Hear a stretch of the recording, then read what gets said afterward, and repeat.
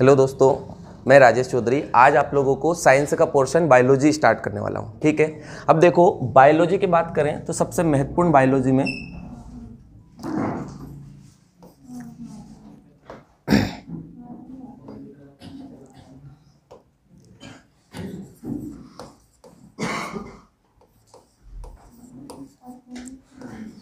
ठीक है, बायोलॉजी या अपन बोलते जीव विज्ञान।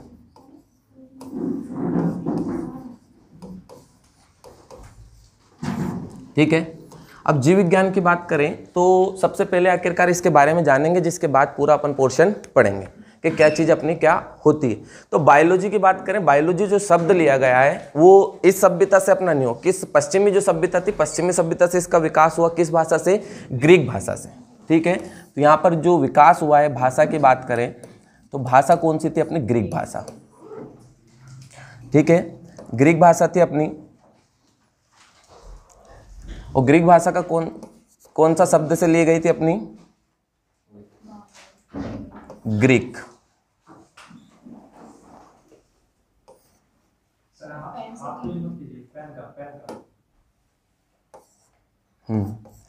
ग्रीक भाषा, और ग्रीक के दो शब्दों से मिलकर ये बना था। एक अपना बायोस और प्लस कौन सा? लोगस। ठीक है, बायोस प्लस लोगस से मिलकर ये शब्द अपना बायोलॉजी बना हुआ, जिसमें आप लोगों को सबको पता होगा क्योंकि नॉर्मली ये बायोलॉजी स्टार्ट करते तो सब स्टार्ट होता ही है अपना। ठीक है, जिसमें बायोस का अर्थ होता है अपना क्या? लिविंग। ठीक है, बायोस का अर्थ होता है लिविंग, और लोगस का अर्थ अपना क्या होता है? स्टडी। ठीक है, स्टडी ऑफ लिविंग। ठीक है, अब लिविंग क्या होता है अपना? सजीव। सजीव।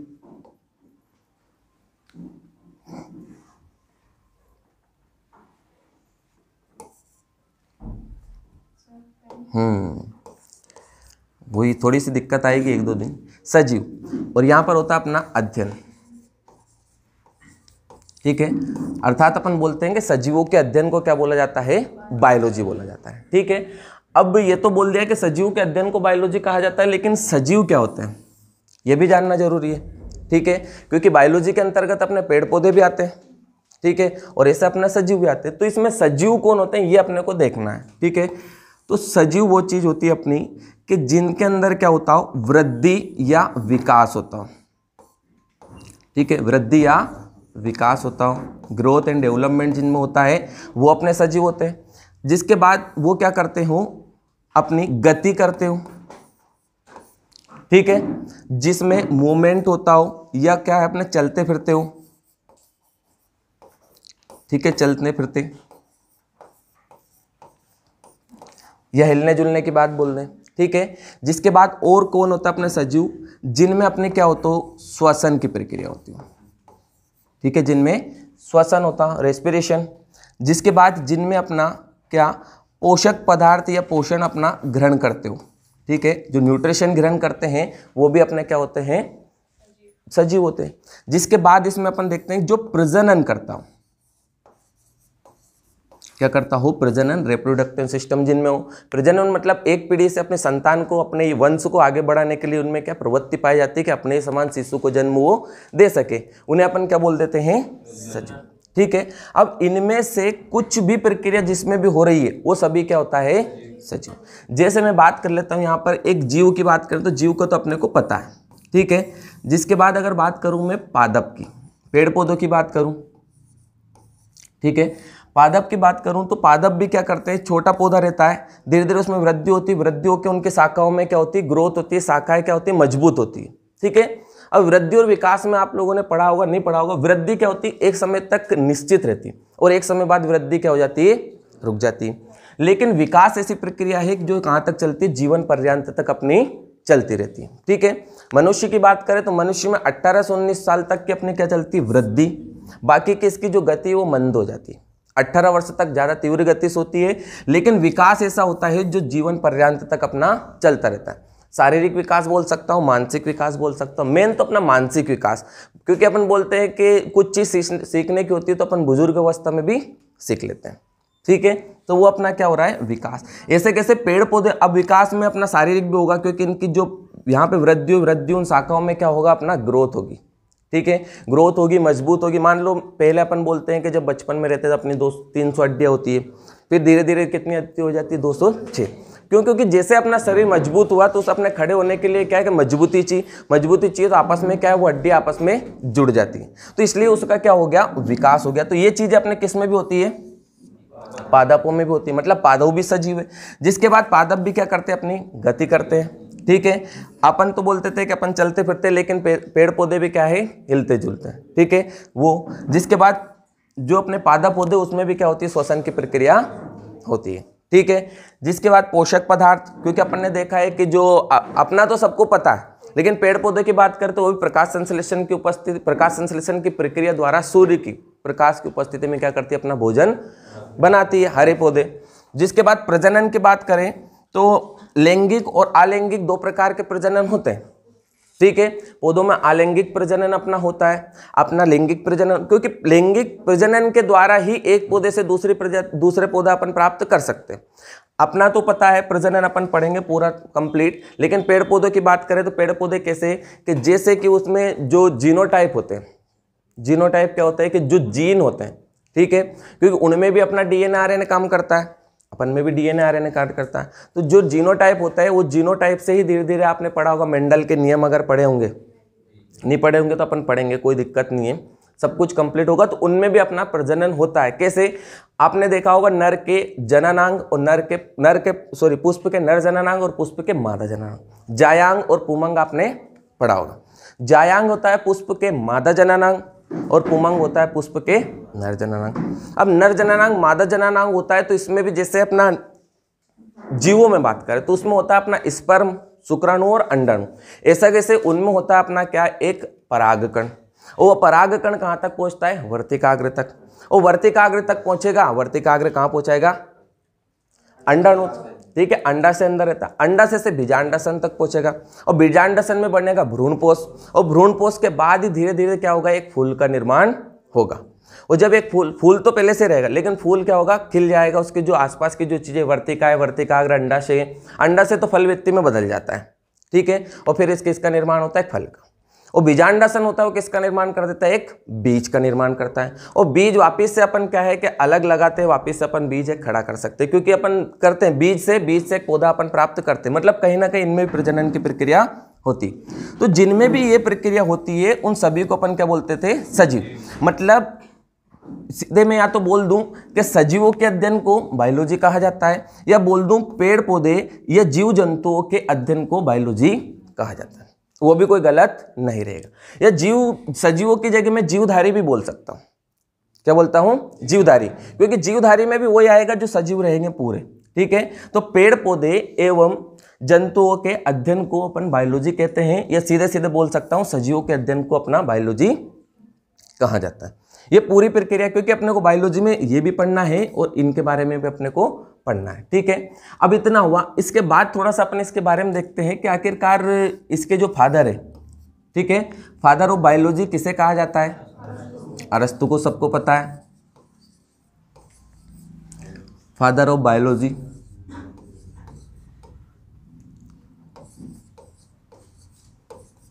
ठीक है, अब अरस्तु को कहा जाता है, लेकिन अरस्तु को आखिरकार क्यों कहा जाता है? ठीक है,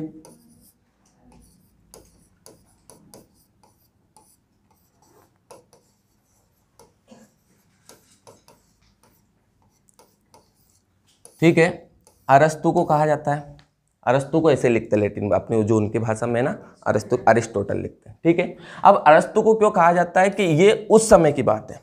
ठीक है, जब अपना क्या चल रहा था? बीसी, मतलब ईसा पूर्व चल रहा था, जब सिकंदर ने आक्रमण किया था उस समय की बात है। 300 मतलब अपना लगभग बोल सकते हैं 2300 वर्ष पूर्व की घटना है। ठीक है, जब क्योंकि सिकंदर ने जब आक्रमण किया था भारत पर, ठीक है, सिकंदर ने आक्रमण किया था पोरस के ऊपर, तो कब किया था? 326 बीसी में हाइडेस्पिच का युद्ध हुआ था, जिसे वितस्ता का युद्ध भी कहा जाता है। वितस्ता का क्यों कहा था उसे? क्योंकि वो अपनी झेलम नदी के किनारे या वितस्ता नदी के किनारे हुआ था, क्योंकि झेलम नदी को अपन क्या बोलते थे पहले पूर्व में? वितस्ता नदी। ठीक है, तो जब आक्रमण किया था, इसलिए बोला मैंने आक्रमण की याद इसलिए दिलाई कि अरस्तु जो थे अपने सिकंदर के क्या थे? गुरु थे। ठीक है, सिकंदर इनके क्या थे, शिष्य थे। तो उस समय इनने क्या है कि एक पुस्तक की रचना की थी। ठीक है, उस पुस्तक में इनने वर्णन किया था हिस्टोरिया ऑफ एनिमेलियम।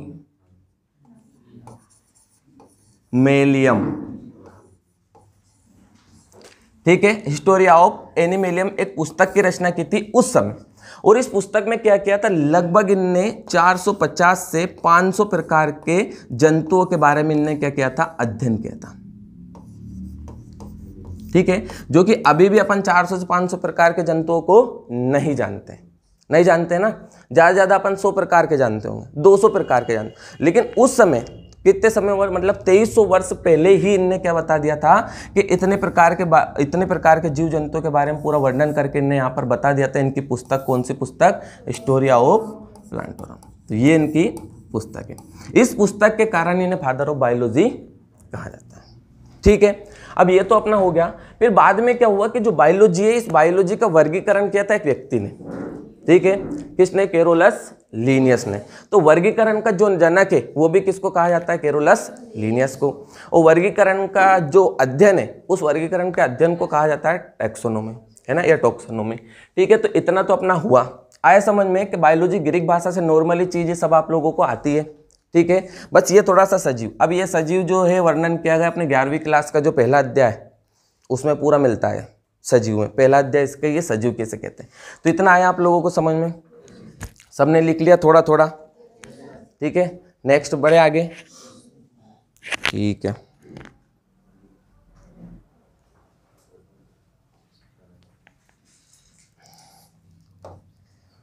ठीक है, अब इतना हुआ तो अपन वर्गीकरण की बात करते हैं। ठीक है, अब बात करते हैं जीव विज्ञान का वर्गीकरण।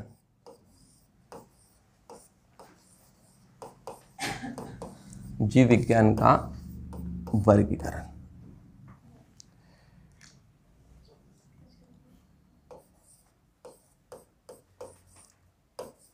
ठीक है, क्लासिफिकेशन ऑफ बायोलॉजी। अब वर्गीकरण क्या, तो वर्गीकरण किसने किया था, लीनियस ने।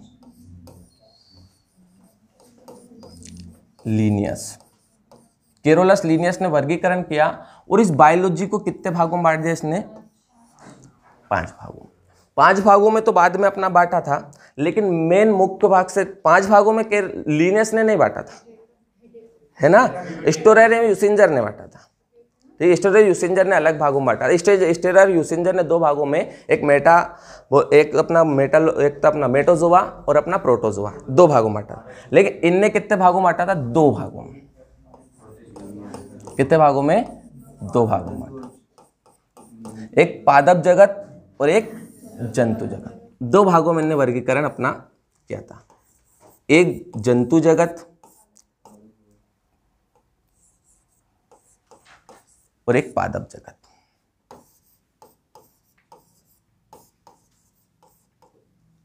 जंतु जगत या पादप जगत 2 भागों में इनमें बांटा था। ठीक है, अब जंतु जगत में तो अपने को पता है कि समस्त जीव जंतुओं के अध्ययन को जंतु विज्ञान कहते हैं। ये जंतु जगत की जगह में जंतु विज्ञान भी यहाँ पे लिख सकता हूँ। और एक बांटा था अपना कौन सा, पादप विज्ञान। समस्त जीव जंतुओं के अध्ययन को जंतु विज्ञान और समस्त पेड़ पौधों के अध्ययन को अपना वनस्पति विज्ञान कहा जाता है। ठीक है, अब यहाँ पे थोड़ा सा अपन देखें कि जंतु विज्ञान है, इसकी स्टडी को क्या कहते हैं अपन, क्या कहते हैं, जूलॉजी। क्या कहते हैं अपन, जूलॉजी। ठीक है, जंतु विज्ञान के अध्ययन को क्या कहते हैं, जूलॉजी। और यहां पर ऐसे कैसे पादप विज्ञान को या वनस्पति विज्ञान को, पादप जगत ना बोलकर वनस्पति भी बोल देते हैं, वनस्पति विज्ञान। वनस्पति विज्ञान के अध्ययन को क्या बोलते हैं अपन, बॉटनी। ठीक है, इसके अध्ययन को क्या बोलते हैं अपन, बॉटनी। ठीक है, नॉर्मली चीजें। जिसके बाद जंतु विज्ञान की अगर बात करें कि जंतु विज्ञान के जो जनक है, वो जंतु विज्ञान के जनक किसको कहा जाता है, अरस्तु को ही कहा जाता है। तो इनके जनक अपने कौन है, अरस्तु। ठीक है, अब इनको क्यों कहा जाता है कि वही पुस्तक के कारण, लेकिन इनके जनक कौन कहा जाता है, थियोफ्रेस्टस। तो यहाँ पर इनके जनक की बात करें, वनस्पति विज्ञान का जनक तो थियोफ्रेस्टस, थियोफ्रेस्टस।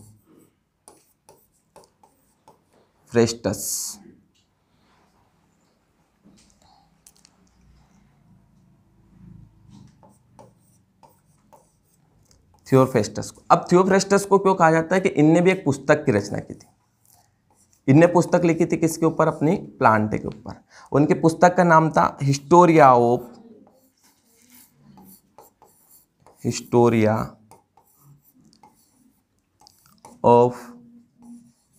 प्लांटोरम।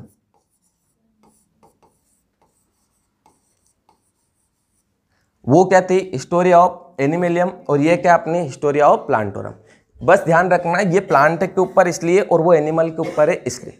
तो इनने भी क्या किया था उस समय, उसी की बीसी की बात है, उस समय भी इसने भी क्या किया था, लगभग 400 प्रकार के पेड़ पौधों का अध्ययन करके बता दिया था। इस कारण इन्हें क्या कहा जाता है? Father of botany. ये अपना वनस्पति विज्ञान का अपना जनक कहा जाता है थियोफ्रेस्टस को। ठीक है, ये तो अपन ने नॉर्मली चीज अपन ने देख ली। जिसके बाद अपन देखें थोड़ा सा, इसके बाद अपना नेक्स्ट पेज निकाल दूं, हो गया इतना साफ? ठीक है, तो जंतु विज्ञान, तो समस्त जीव जंतुओं के अध्ययन को अपन जंतु विज्ञान बोलते हैं, और समस्त पेड़ पौधों के अध्ययन को अपन वनस्पति विज्ञान बोलते हैं। ठीक है, वनस्पति विज्ञान के अध्ययन को बॉटनी, जंतु विज्ञान के अध्ययन को जूलॉजी। ठीक है, जंतु विज्ञान का जनक अपना अरस्तु को कहा जाता है, और पादप विज्ञान का जनक अपना थियोफ्रेस्टस को कहा जाता है।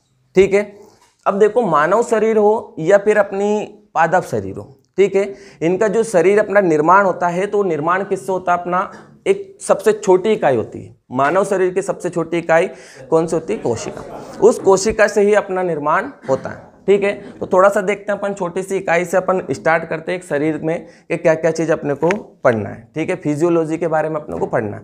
फिजियोलॉजी में क्या आता है कि शरीर के अध्ययन को, जो शरीर के क्रिया विज्ञान है उस क्रिया विज्ञान को कहते हैं अपन क्या? फिजियोलॉजी। ठीक है, लेकिन थोड़ा सा इसमें देख लो कि यहाँ पर अपना इसका जनक तो अपन ने बोल दिया, तो वर्गीकरण का जनक आपसे पूछे तो वही है। ठीक है, तो क्या बोलते हैं इसके अध्ययन को, इसके स्टडी को क्या बोलते हैं? टेक्सोनोमी।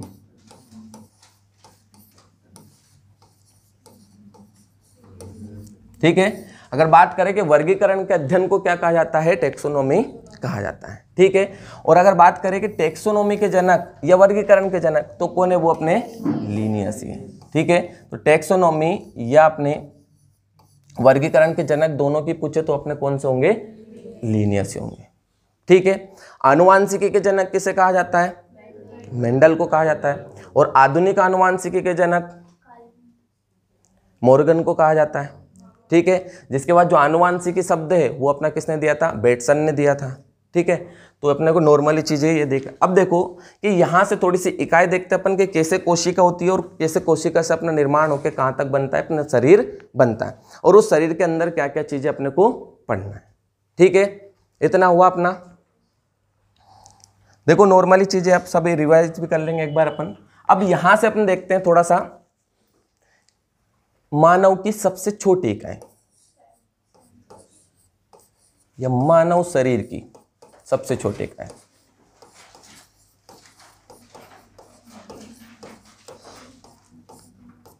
सबसे छोटी इकाई। ठीक है, इस इकाई को कार्यात्मक एवं संरचनात्मक इकाई भी कहा जाता है। कोशिका, ये बोलते हैं सेल। ठीक है, कोशिका कहा जाता है। तो मानव शरीर की सबसे छोटी इकाई क्या होती है? सेल। इन छोटी छोटी सेलों से मिलकर, ये सेलों के समूह को, ठीक है, छोटी छोटी सेल होती है, और ये छोटी छोटी सेल मिलकर किसका निर्माण करेगी? ऊतकों का निर्माण करेगी, जिसे बोलते हैं अपन टिश्यू का निर्माण। ठीक है, छोटी छोटी जो सेल होती है, क्योंकि अपने मानव शरीर बना है तो मानव शरीर कैसा है? बहुकोशिकीय। बहुकोशिकीय और एक कोशिकीय क्या बोलते हैं कि जिनमें संपूर्ण प्रक्रिया एक कोशिका के अंदर संपन्न हो जाती है उन्हें एक कोशिकीय, और जिनके अंदर बहुत सारी कोशिका होती है और अलग अलग क्रिया के लिए अलग अलग कोशिका होती है उसे बोलते हैं बहुकोशिकीय। ठीक है, तो बात करें अपन मानव शरीर के लिए क्या है कि तंत्रिका तंत्र है, मतलब सोचने समझने के लिए एक अलग कोशिका। जिसके बाद अपना क्या है कि उत्सर्जन तंत्र है, उसके लिए अलग कोशिका, श्वसन तंत्र है उसके लिए अलग कोशिका, पाचन तंत्र है उसके लिए अलग। तो सभी के लिए अलग अलग कोशिका। लेकिन कुछ ऐसे प्राणी जैसे कि अमीबा, पैरामीशियम, ठीक है, युग्लिना, ये ऐसे है कि इनमें एक ही कोशिका होती है। उन एक ही कोशिका के अंदर श्वसन हो जाता है, एक के अंदर पाचन हो जाता है, एक के अंदर उत्सर्जन हो जाता है। मतलब संपूर्ण जीवन यापन उनका एक ही कोशिका के अंदर संपन्न हो जाता है। इसलिए उन्हें क्या कहते हैं, अपन एक कोशिकीय प्राणी बोलते हैं। ठीक है, तो यहाँ पर छोटी छोटी कोशिका होती है, कोशिका निर्माण करती है अपनी ऊतकों का। ठीक है, और जो ऊतकों का निर्माण होता है मतलब बहुत सारी कोशिकाओं से मिलकर क्या बनता है, एक ऊतक। मतलब ऊतक किसे कहते हैं, तो कोशिकाओं के समूह को ऊतक कहा जाता है। ठीक है, अब जिसके बाद जो ऊतक रहेगा ये क्या बनाएंगे, समूह बनाएंगे। ये भी क्या बनाएंगे, समूह। जैसे कि बहुत सारी कोशिका अपनी क्या हो गई, एकत्रित हो गई, और बहुत सारी कोशिका एकत्रित हुई तो किसका निर्माण हो गया, ऐसे कैसे अपनी बहुत सारे क्या होंगे, ऊतक एकत्रित होंगे। और जब बहुत सारे ऊतक एकत्रित हो जाएंगे तो ये किसका निर्माण करेंगे, एक अंग का। किसका निर्माण कर देंगे, अंग का या ऑर्गन। किसका निर्माण कर देंगे, एक ऑर्गन का, एक अंग का अपना निर्माण ये कर देगा। ठीक है, अब एक अंग की बात करें मतलब हाथ एक अंग है मेरा, नाक एक अंग है, आंख, कान, मुंह, मतलब ये सारे मेरे एक एक अंग है।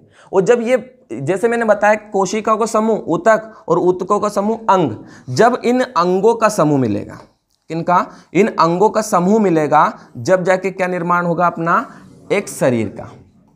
ठीक है, क्योंकि बहुत सारे अंग मिले मेरा, जब जाके मेरा क्या निर्माण हुआ, एक शरीर का निर्माण हुआ, एक ह्यूमन बॉडी का अपना निर्माण हुआ है।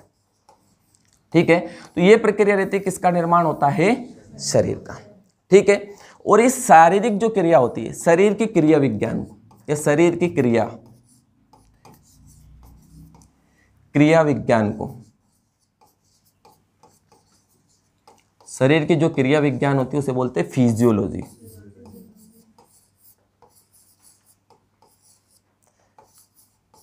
फिजियोलॉजी से कहा जाता है। ठीक है, शरीर की क्रिया विज्ञान जो होती है उसे क्या कहा जाता है, फिजियोलॉजी अपना कहा जाता है। इस फिजियोलॉजी के अंतर्गत अपना क्या क्या आता है, तो इसके अंतर्गत अपने को पढ़ना है पाचन, डाइजेशन सिस्टम, श्वसन, रेस्पिरेशन सिस्टम, श्वसन के बाद अपने को पढ़ना है तंत्रिका तंत्र,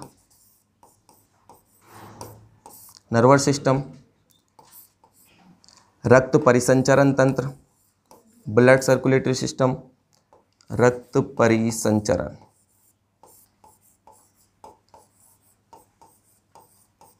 रक्त परिसंचरण, जिसके बाद पढ़ना है उत्सर्जन, एक्सक्रीटरी सिस्टम।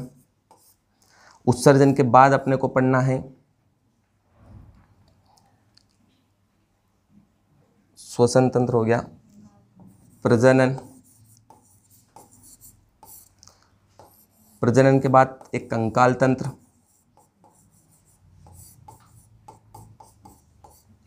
ठीक है, पाचन तंत्र, श्वसन तंत्र, तंत्रिका तंत्र, रक्त परिसंचरण तंत्र, उत्सर्जन तंत्र, प्रजनन तंत्र और कंकाल तंत्र। जिसके बाद अपने को महत्वपूर्ण पढ़ना है क्या, पोषक तत्व और डिसीज जो रोग है वो। ठीक है, क्योंकि पोषक तत्व जो पोषक पदार्थ होते हैं, कार्बोहाइड्रेट, प्रोटीन, वसा, इनसे भी अपने क्वेश्चन बनते हैं। जिसके बाद जो रोग है उनसे भी अपना बनते। तो डाइजेशन सिस्टम, श्वसन तंत्र अपना, तंत्रिका तंत्र, रक्त परिसंचरण तंत्र, उत्सर्जन तंत्र, प्रजनन तंत्र और कंकाल तंत्र, ये अपना महत्वपूर्ण है जो अपने बॉडी में इतना पढ़ेंगे तो अपने को ऑटोमेटिक लगेगा कि हमें कुछ आता है अपने बारे में। ये तो अपने को पढ़ना है मानव शरीर की क्रिया विज्ञान के बारे में। ठीक है, तो थोड़ा सा मैं क्या है कि ये वाला टॉपिक के बारे में थोड़ा सा अपन डेफिनेशन थोड़ी समझते हैं कि क्या आखिरकार होता है। सबको पता है कि क्या अपना होता है। मान लो पाचन के बोल दूं कि पाचन अपना होता क्या है, तो क्या बताओगे पाचन में कि भोजन का पचना। ठीक है, क्या बोल दोगे, भोजन का पचना। लेकिन आखिरकार कैसा भोजन पचता है, ठीक है, बस ये है कि एक डेफिनेशन अगर अच्छे से समझ में आएगी तो अपन पूरा टॉपिक अच्छे से क्लियर कर सकते हैं। तो भोजन का पचना क्या कहलाता है, अपना पाचन कहलाता है। लेकिन व्यवस्थित अपन क्या बोलेंगे, जटिल भोज्य पदार्थ जो भी अपन ग्रहण करते हैं, कार्बोहाइड्रेट, प्रोटीन, वसा जो भी अपन ग्रहण करते हो कैसा होता है, जटिल होता है। और वही जब अंदर अपना शरीर में प्रवेश करता है तो उनकी सहायता के लिए जो जटिल भोज्य पदार्थ है उनको किस में बदलना, छोटे भोज्य पदार्थों में बदलने की प्रक्रिया पाचन कहलाती है। लेकिन किसकी सहायता से, एंजाइमों की सहायता से। ठीक है।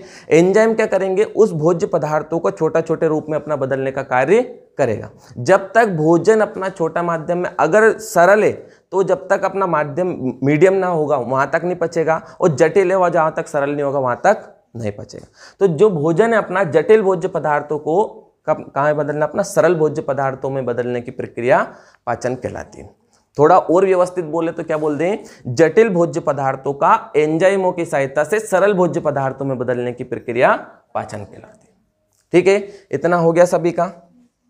ठीक है, तो देखो मैंने सबसे पहले आप लोगों को बताया बायोलॉजी के बारे में, तो बायोलॉजी ग्रीक भाषा से लिया गया और ग्रीक भाषा का कौन सा शब्द लिया गया, बायोस प्लस लोगस। इन दो शब्द से बायोलॉजी की उत्पत्ति हुई, जिसमें बायोस का अर्थ क्या होता है, लिविंग, और लोगस का अर्थ होता है स्टडी। ठीक है, अपन ने बोल दिया लिविंग को सजीव, और अपना इधर बोल दिया अध्ययन, मतलब सजीवों के अध्ययन को बायोलॉजी अपन ने कह दिया। मैंने बताया कि सजीव किसे कहते हैं, तो सजीव में मैंने बताया कि एक तो जिनमें वृद्धि या विकास होता हो, ठीक है, जिनके अंदर गति होती हो, जो चलते फिरते मूवमेंट करते हो, जिनके अंदर श्वसन होता हो, जो पोषक पदार्थों को ग्रहण करते हो, जिनमें प्रजनन होता हो, इनमें से कोई भी प्रक्रिया अगर किसी में हो रही है तो वो क्या कहलाता है, अपना सजीव कहलाता है। सजीव में अपने जीव विज्ञान भी आती है और पादप विज्ञान भी आता है अपना। ठीक है, फिर अपन ने देखा कि फादर ऑफ बायोलॉजी किसके कहा जाता है, अरस्तु को कहा जाता है। क्यों कहा जाता है कि बहुत समय पहले इन्हें पुस्तक का वर्णन किया था, हिस्टोरिया ऑफ एनिमिलियम। उनमें 450 से 500 प्रकार के इन्हें जीव जंतुओं के बारे में अध्ययन करके बता दिया था, इसलिए इन्हें क्या कहा जाता है, फादर ऑफ बायोलॉजी। ठीक है, फिर अपन ने आगे देखा कि जो बायोलॉजी इसका वर्गीकरण किया था, वर्गीकरण करने का श्रेय किसको जाता है, कैरोलस लिनियस को जाता है। और इस वर्गीकरण के अध्ययन को क्या बोलते हैं अपन, टैक्सोनॉमी, और टैक्सोनॉमी को जनक भी कौन है, अपने कैरोलस लिनियस है। फिर दो भागों में बांटा, एक जंतु विज्ञान बोल सकते हैं और एक पादप विज्ञान या वनस्पति विज्ञान।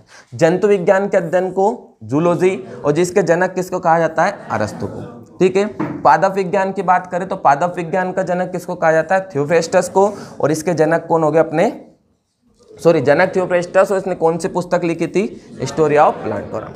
ठीक है, फिर अपन आगे बढ़े। आगे बढ़ के अपन ने देखा सबसे छोटी इकाई कोशिका होती है। जब बहुत सारी कोशिका अपनी आपस में मिल जाती है तो वो ऊतकों का निर्माण कर देती है, और जब ऊतक बहुत सारे मिल जाते हैं तब वो एक अंग का निर्माण कर देते हैं, और जब बहुत सारे अंग आपस में मिल जाते हैं जब वो एक शरीर का निर्माण कर देते हैं। और उस शरीर की जो क्रिया विज्ञान है, उस क्रिया विज्ञान को अपन क्या बोलते हैं, फिजियोलॉजी अपना कहा जाता है।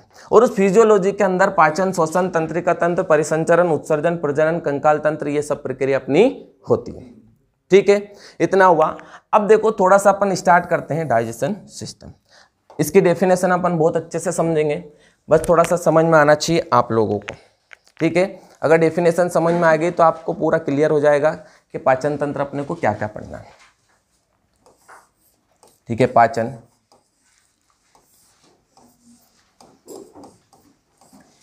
डाइजेस्टिव सिस्टम,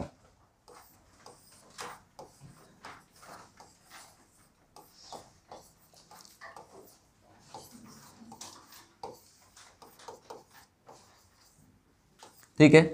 पाचन तंत्र की बात करें अपन तो पाचन तंत्र की सबसे पहले डेफिनेशन बोले तो मैंने क्या बोला था, जटिल भोज्य पदार्थों का सरल भोज्य पदार्थों में बदलने की प्रक्रिया क्या कहलाती है, पाचन के। तो यहां पर लिखता हूं थोड़ा, जटिल भोज्य पदार्थ या कॉम्प्लेक्स फूड, जटिल भोज्य पदार्थ, ठीक है, और यहां पर लिखता हूं सरल।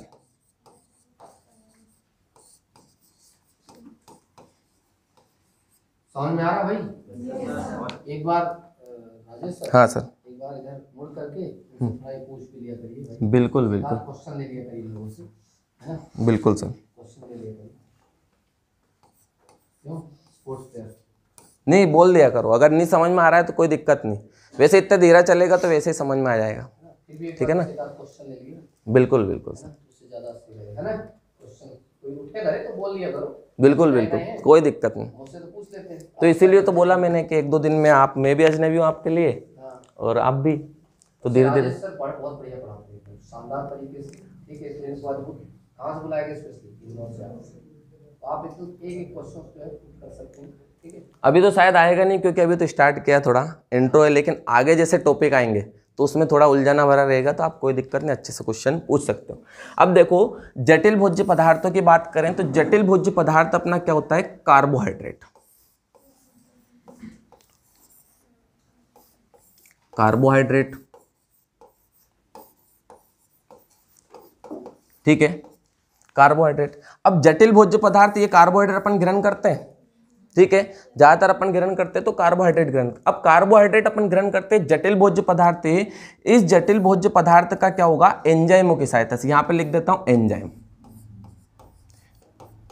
ठीक है। जब तक पाचन की प्रक्रिया नहीं होगी तब तक एंजाइम का स्त्रावण नहीं होगा, ठीक है। एंजाइम के बिना पाचन की प्रक्रिया क्या है, अधूरी है, ठीक है। अब देखो कि कार्बोहाइड्रेट होता है, ये कार्बोहाइड्रेट क्या करता है, जब सबसे जटिल रूप है, डायरेक्ट पाचन होगा इसका तो क्या होगा, इसका सरल रूप में होगा, तो इसका सरल रूप क्या होगा, अपना ग्लूकोज, ठीक है, ग्लूकोज। तो जो कार्बोहाइड्रेट है, इस कार्बोहाइड्रेट का सरल रूप क्या हो गया, ग्लूकोज। अब देखो कि सब जितने भी अपने कार्बोहाइड्रेट, प्रोटीन और जो वसा होता है, मेन तो यही है अपना, बाकी का जो प्रोटीन, विटामिन से मिनरल से, उनका जो पाचन होता है इनके साथ अपना हो जाता है।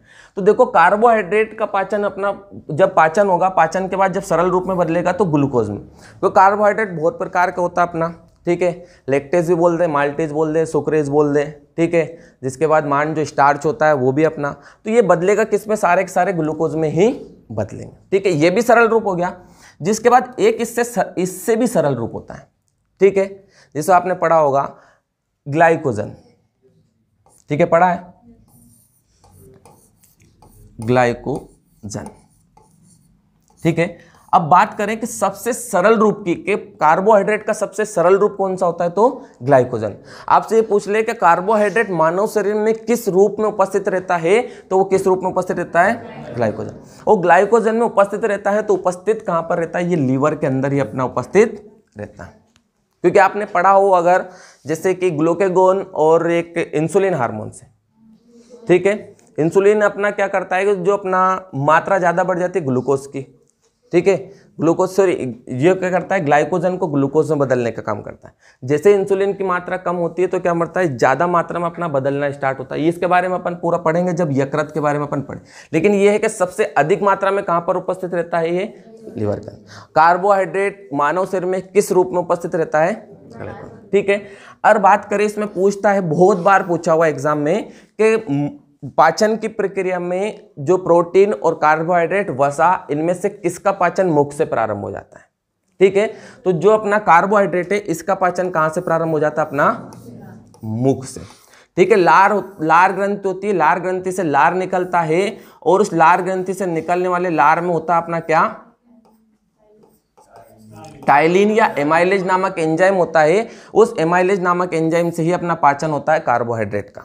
और वो ही क्या करता है, जो कार्बोहाइड्रेट जो होता है किस रूप में होता है, जो पाचन होता है मुख में, वो मांड या स्टार्च के रूप में होता है, जिससे किस में बदलने का कार्य करता है, ग्लूकोज में बदलना, या शर्करा में, शुगर में बदलने का कार्य करता है। ऐसे कैसे अपना दूसरे बात करें कि दूसरा पोषक पदार्थ है, जटिल भोज्य पदार्थ की बात करें तो प्रोटीन,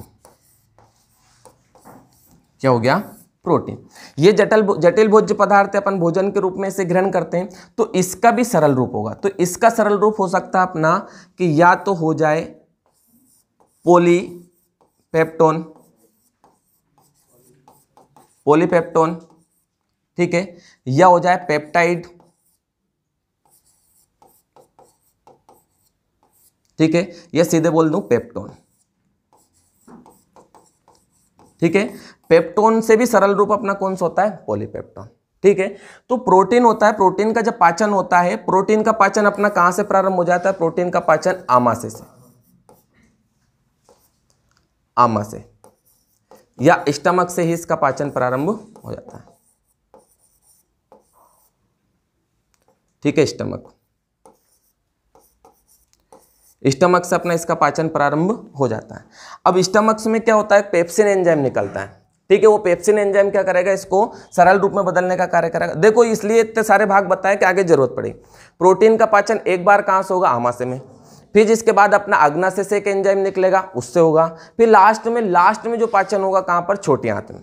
तो वो क्या है कि इससे सरल रूप में, फिर आगे जाके और उससे सरल रूप में, फिर आगे जाके उससे भी सरल रूप में। तो ये इतने सरल रूप रहेंगे इसके कि पॉलीपेप्टोन में, पेप्टाइड में या पेप्टोन में बदलेगा। जिससे भी सरल रूप होता है वो होता है अमीनो एसिड, अमीनो एसिड या अमीनो अम्ल, ठीक है। तो इनमें अपना बदलने का कार्य करता है अमीनो अम्ल। अब बात करें कि प्रोटीन मानव शरीर में किस रूप में उपस्थित रहता है, तो किस रूप में उपस्थित रहता है, अमीनो अम्ल के रूप में, ठीक है। क्योंकि आपने पढ़ा होगा जैसे कि अपन कोशिका के अंदर जो प्रोटीन की फैक्ट्री किसे बोलते हैं, राइबोसोम को। राइबोसोम क्या करता है, प्रोटीन का उत्पादन करने का कार्य करता है। तो प्रोटीन का उत्पादन किससे करता है, वो अमीनो अम्ल से ही करता है, ठीक है। किसे करता है कि जो कोशिका के अंदर राइबोसोम होता है अपना, तो वो अपना आरएनए पढ़ा होगा आपने, राइबोन्यूक्लिक एसिड, ठीक है। आरएनए पढ़ा है। आरएनए अपने 3 प्रकार का होता है, एक एमआरएनए और एक होता है अपना टीआरएनए और एक होता है आरआरएनए, ठीक है। 3 अपना होता है, स्मॉल ही लिखते हैं इसे ना। अब देखो कि ये 3 आरएनए क्या कार्य करता है, तो जो एमआरएनए, वो एमआरएनए बस ओनली संकेत करता है कि मानव शरीर के किस अंग में अमीनो अम्ल अपना उपस्थित है, इसलिए फुल फॉर्म इसका मैसेंजर आरएनए, ठीक है। मैसेंजर मतलब मैसेज पहुंचाने का कार्य करता है कहां तक, राइबोसोम तक, कि इस अंग में अपना अमीनो अम्ल उपस्थित है, जो कहां तक पहुंचाना अपने को, राइबोसोम तक। फिर मैसेंजर आरएनए मैसेंजर का काम कर दिया, उसने पहुंचा दिया मैसेज। जिसके बाद क्या करता है, टीआरएनए ट्रांसफर आरएनए, जिस अंग में अपना अमीनो अम्ल है उस अंग को कहां तक, राइबोसोम तक ले जाने का कार्य कौन करता है, टीआरएनए।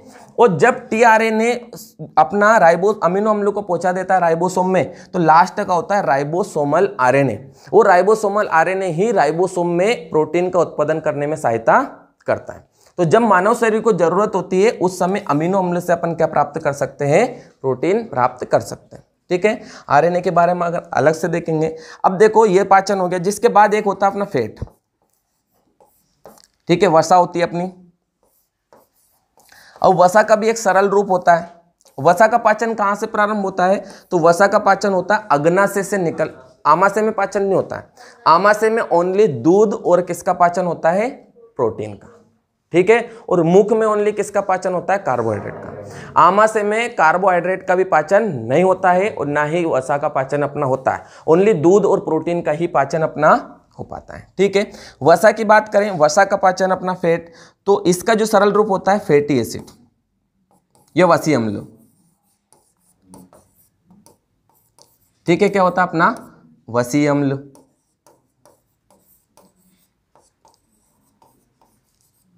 ठीक है। अब यहां पे इसका पाचन कहां पर होता है, अग्नाशय। बहुत पूछता है यहीं से कि वसा का पाचन कहां पर होता है, या प्रोटीन का पाचन कहां से प्रारंभ होता है, कार्बोहाइड्रेट का पाचन कहां से प्रारंभ होता है, ठीक है। तेज और धीरे का जरूर बोल देना, बहुत धीरे चल रहा है ना 1-2 दिन में, तो वो क्या है कि चलेगा थोड़ा फास्ट, क्योंकि ज़्यादा दिन तक तो मैं खींच नहीं सकता, है ना, बताया होगा सर ने, तो इसीलिए तो आज है फर्स्ट दिन, तो अपन थोड़ा धीरे धीरे पढ़ रहा ये। अब इससे फैटी एसिड है अपना, इससे भी सरल रूप अपना होता है ग्लिसरॉल, इससे भी सरल रूप होता है ग्लिसरॉल, इससे भी सरल रूप अपना ग्लिसरॉल,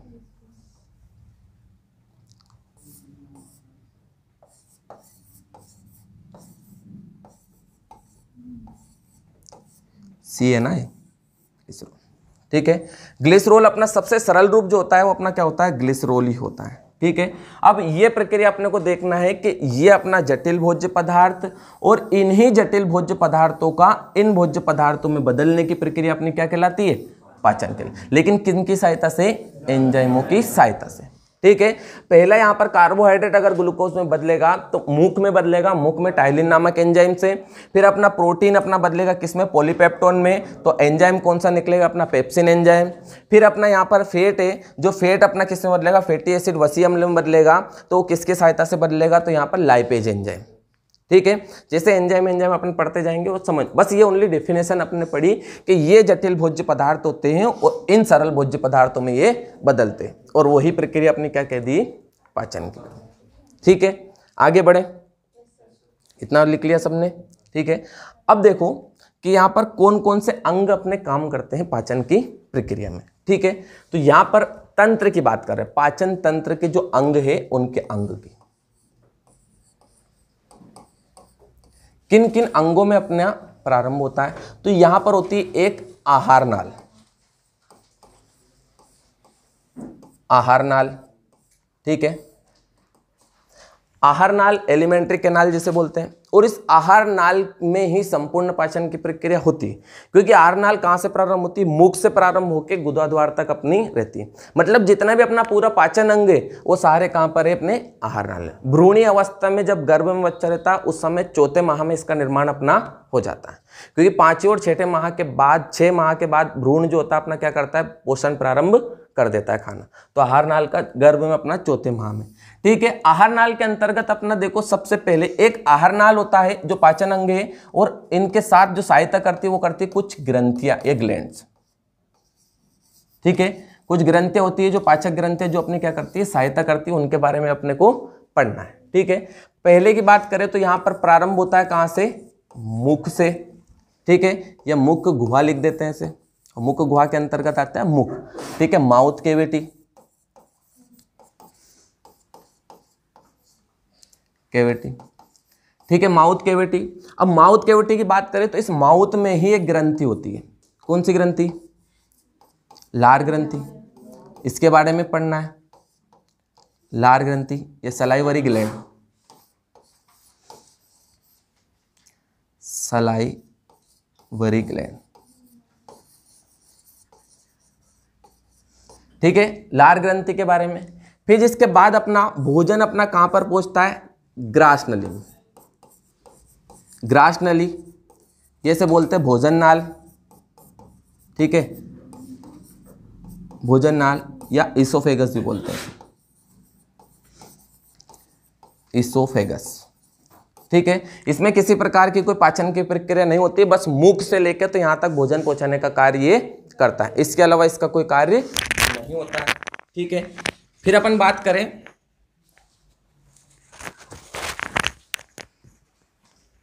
इसके बाद, अब जब मुख से लेके तो इसका पहुंचाने का कार्य होता है भोजन का कहां तक, आमाशय तक। तो ये इसका पाचन की प्रक्रिया, अब भोजन कहां पर पहुंचेगा, आमाशय में।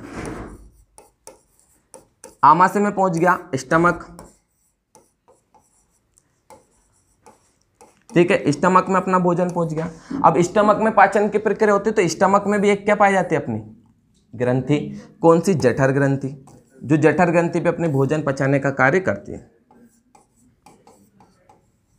जठर ग्रंथि जिसे बोलते हैं गैस्ट्रिक ग्लैंड,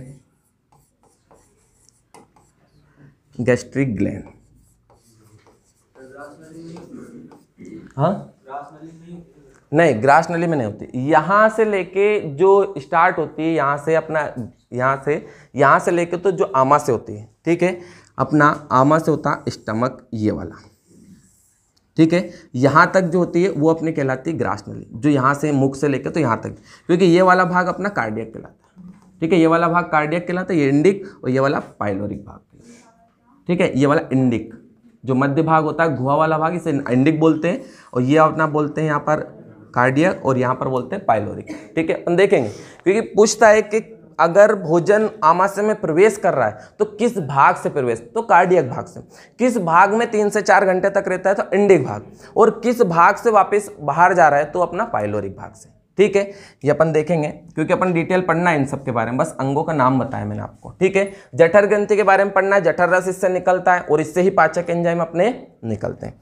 फिर जिसके बाद आमाशय के बाद भोजन अपना किस में जाता है, छोटी आंत में, छोटी आंत, ठीक है। अब छोटी आंत में भोजन जाता है उसी समय, यहां पर भोजन, छोटी आंत भी अपनी क्या है, 3 भागों में बंटी होती है, ठीक है, एलियम, जेजुनम और ड्यूडेनम, ठीक है।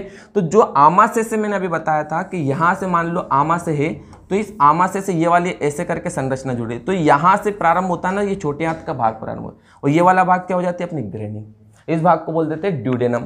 तो इस ड्यूडेनम भाग में ही एक ग्रंथि और जुड़ी रहती है जिसे पाचक ग्रंथि भी अपनी बोला जाता है, ठीक है। क्या होती है, अग्नाशय ग्रंथि, ठीक है। अग्नाशय से जो एंजाइम निकलेंगे वो यहीं पर निकलकर इसमें मिल जाएंगे, तो यहां पर एक ग्रंथि भी लिख देते हैं अपन, कौन सी, अग्नाशय ग्रंथि, ठीक है।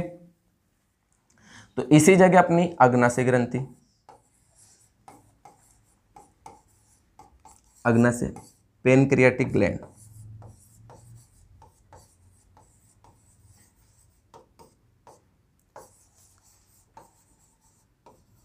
ठीक है। Pancreatic gland. अब ये बड़ी आंत, छोटी आंत में देखोगे संपूर्ण जो पाचन की प्रक्रिया होती है, मतलब सबसे अधिक जो पाचन की प्रक्रिया होती है वो कहां पर होती है? छोटी आंत में। सबसे अधिक पाचन, सबसे अधिक जो पाचन होता है अपना छोटी आंत के अंदर। फिर छोटी आंत में जैसे भोजन पच जाता है और भोजन पच के कहां पर पहुंच जाता है? बड़ी आंत में। ठीक है, लार्ज इंटेस्टाइन। बड़ी आंत में जैसे अपना भोजन पहुंचता है तो बड़ी आंत में क्या होता है कि किसी प्रकार की पाचन की प्रक्रिया नहीं होती है। ओनली क्या होता है? लास्ट में जल का अवशोषण होता है। जो अपना मल रहता है, उस मल में जो पचे हुए भोजन में जो जल रहता है, उस जल का अवशोषण होता है, जिसे बोलते हैं स्वांगीकरण की प्रक्रिया। ठीक है, वो स्वांगीकरण की प्रक्रिया अपने कहां पर होती है? बड़ी आंत में। जिसके बाद बड़ी आंत में अपना मलाशय होता है, मलाशय पर अपना उपस्थित रहता है, जैसे समय समय पर अपन क्या, गुदा द्वार। ठीक है, गुदा द्वार या एनस बोलते हैं जिसे। ठीक है, गुदा द्वार से अपन क्या कर देते हैं? उसका त्याग कर देते। तो ये अंतिम भाग अगर आपसे पूछ ले पाचन की प्रक्रिया कहां से प्रारंभ होती है, तो मुख गुहा से, और खत्म कहां पर होती है? गुदा द्वार पर। ये बहुत बार पूछा हुआ है कि पाचन की प्रक्रिया कहां से प्रारंभ होती है। और अगर पूछ ले संपूर्ण पाचन की प्रक्रिया, तो आहार नाल के अंदर क्योंकि ये जितने भी भाग है वो किसके अंतर्गत आते हैं? पूरे आहार नाल के अंतर्गत आते हैं। ग्रंथियों में जठर ग्रंथि, लार ग्रंथि, जठर ग्रंथि, अग्नाशय ग्रंथि, और इसके साथ साथ अपने को यकृत ग्रंथि के बारे में पढ़ना है, क्योंकि अपने यहाँ पर पित्तरस के बारे में थोड़ा सा देखना है। तो यकृत ग्रंथि के बारे में अपना पढ़ना है। तो ये ग्रंथियां अपनी होती है और ये इनके बारे में अपना थोड़ा सा पढ़ना है। सबसे पहले अपन किसके बारे में पढ़ेंगे? मुख गुहा के बारे में। ठीक है, तो इतना आया समझ में? बस अंग के नाम है तो आप लोगों को सबको पता होगा, लेकिन सबसे पहले अपन प्रारंभ करते हैं मुख गुहा, और मुख गुहा में क्या क्या चीज होती है वो अपन देखते हैं।